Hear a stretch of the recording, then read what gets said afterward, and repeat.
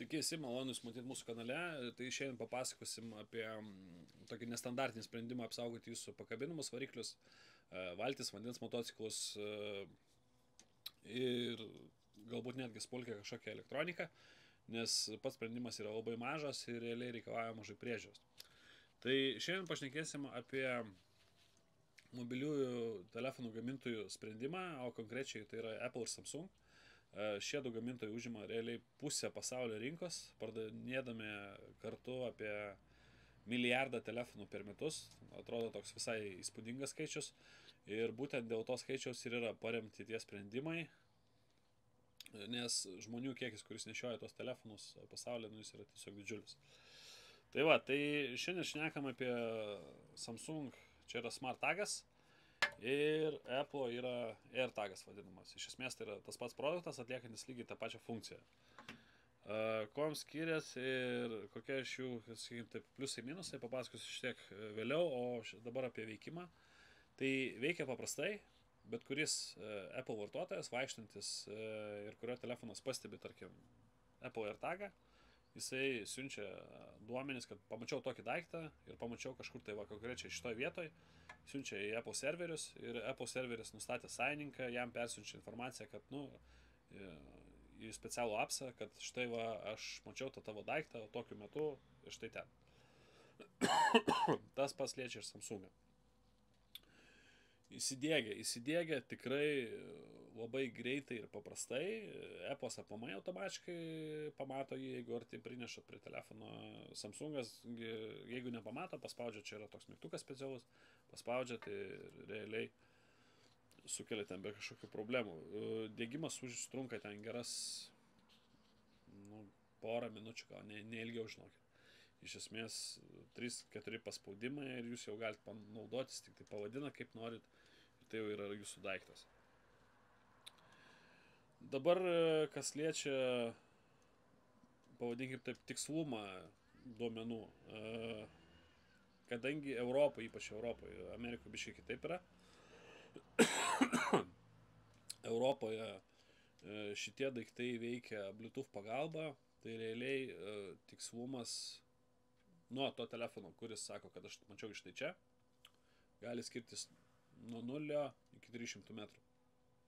Paprastai jis laviruoja 0,50 metrų tarpe, bet, sakau, pasitaiko visko, plaukiant Nemunu, pavyzdžiui, tai abiejose pusėse esantis telefonai tikrai pamato tą daiktą.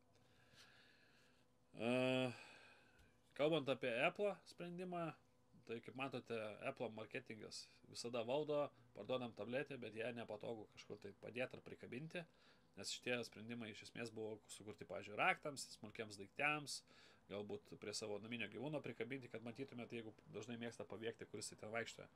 Tai prie Apple dar turėsi nupirkti pakabuką, bet čia tik šnekant tik tai apie, jeigu jūs naudosite pagal tiesioginę paskirtį, o ne siekiant apsaugoti savo ten ar motociklą, ar pakabinamą variklį, ar dar kažką tai.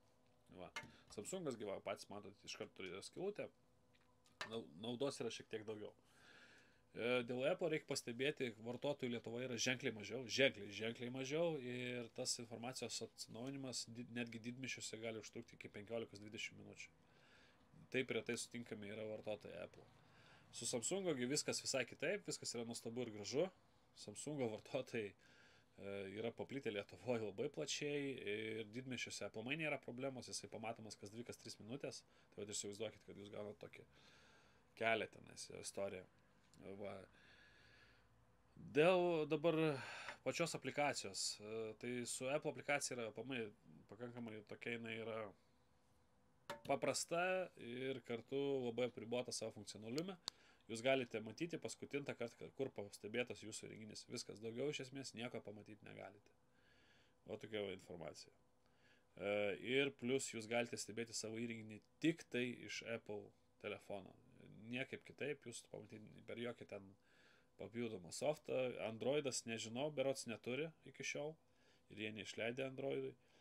Ir per kokią web ten, per internetu telefonų irgi nepamatysite to. Taip pat abu įrenginiai turi šiokį tokį garsiakalbį, tam, kad jeigu jūs ten ieškot kažkokių raktų, jie ten įkrito jums ten, tarkim, į palovį ar dar kažkur, tai paspaudžiat telefone mygtuką ir pradeda groti. Tai Apple atveju yra šiaip tokia, jeigu apsaugai naudoti, nu ne problema, bet tiesiog toks pastebėjimas, kad tas garsiakalbis, jeigu pagulėjus ilgiau be judesio ta tabletė, jinai automatiškai pradeda groti ją sujudinus. Tai iš esmės, jeigu pavogia variklį, nusiveža kažkur, tai nepadeda, po to ateina ir pakelia jį, tai gali išgirsti grojimą, kas nėra labai gerai. Bet fiziniu būdu galite pašalinti tą garsiakalbį, kaip sakant, kad jisai negrotų, neerzintų ir naudotis pagal paskirtį. Aišku, galiu sumodeliuoti kitokį variantą, kai, pavyzdžiui, pavagė jūs iki 25 arklio jėgų neregistruojamą varikliuką, kurį ten mylėjot, jūs nupirkot už paskutinius pinigus ir randa jums ten kažkur tai, kad garažuose yra. Ne? Iš esmės, esant garsiakalbį, yra tikimybė, kad jūs paspaudus mygtukais jums pagrotų ir jūs žinotumėt, kuriam garaže. Iš kitos pusės, jeigu tas tikslumas siekia, sakykime, 10 metrų, nu tai kaip ir nelabai reikia to, policininkai atidarys gal 3 garažus, jeigu reikės. Vėlgi, tas pats appsas, pavyzdžiui, Apple, jisai turi labai patogią paieškos funkciją, kuri pavaikščiojus aplinkui jums konkrečiai rodo rodiklį, kiek atstumo ir kur reikia eiti, kad susirasti savo tagą. Samsung'e dėja to nėra, ten toks labiau signalo stiprumą rodo, kuris irgi veikia pakankamai nepatikimai, nors nuo paskutinto čia Samsung'o dabar jau S23 berods atsirado ta funkcija, irgi tokia jinai su vos ne kamera rodo tau, kur reikia eiti. Dabar dėl kas liečia Samsung'ą, tai jau kaip minėjau, didžiulis kiekis vartotojų, ženkliai didesnė apriptis pačioje Lietuvoje. Dėja, palyginant su Apple, neturi apsaugos nuo vandens, nors iš praktikos galiu pasakyti, guli valtį ir ne tik valtį, tai kažkokios problemos per 1,5 metų naudojimo kaip ir neturėjau. Pagrindinė galbūt problema, bet čia tas pats liečia ir Apple, ir aktyvuoti galima tik tai Samsung'o telefonu šitą daiktą.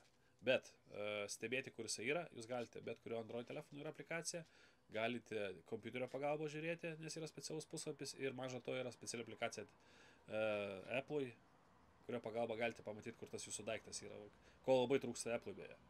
Va, tai va toks va čia ir pliusai ir minusai kartu atsiranda. Pastebėjimas dar dėl baterijų. Samsung'o veikia 6 mėnesius, Apple veikia 6-12 mėnesių. Samsung'as turi labai tokią nemalonę, kaip sakant, funkciją numirti netikėtai. Tai jo, rodo baterija, kad pusė dar yra, o žiūri, po to jau jisai išsijungęs yra. Tai 2 kartus esu su to susidūręs, sakykime, tai turit stebėti pakankamai ten, pagalvoti apie tai. Na ir toks dalykas, apie ką minėjau, užsiminiau apie tą mygtuką, kuris yra. Tai Samsung'o aplamai ta visa sukurta ekosistema su jų įrenginiais, ta prasme, reikia nepamiršti, kad jie turi ne tik tai mobiliakus, bet turi skalbenkės, turi ten džiovyklės ir visą kitą spektrą didelį. Šitas daiktas leidžia, sakykime, netgi jį prijungti prie išmaniųjų namų. Bet jisai veikia tik tai kartu su telefonu.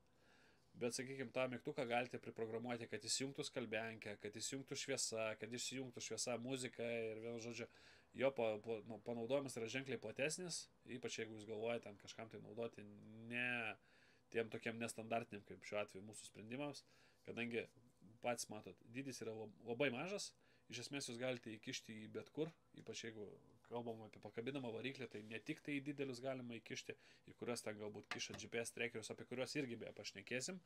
Ir pašnekėsim apie tokius šiek tiek nestandartinius sprendimus, bet kurie, sakykime taip, irgi nereikalauja daug dėmesio, va, įkišai ir sezonui pamiršai apie juos. Tai va, tai šitoje vietoje, va, Apple'as tai iš vis, va, fantastiško dydžio. Čia svarbu nepamirškite, kad jeigu įkišit ten, kur daug metalo, tai, nu, gali tiesiog nepramušti metalo, nes čia yra bevėliai ryšiai, ten savų specifikų yra, bet viskas, kas po gaubtu, tai, kaip sakant, gali drąsiai kišti. Tai va, jeigu turit kažkokį klausimų, klauskite būtinai apačioj. Kaip sakant, dėkit laikus, subscribinkit, jums tai nieko nekainuoja, mums tai yra malonu, plus mes šiek tiek sužinoma apie jūs, apie jūsų interesus ir galų galiai, jeigu bendrausim, kaip sakant, žinosim, apie ką daugiau pasakoti ir apie ką rašyti. Tai tiek šiam kartui, dėkoju ir iki pasimatymų.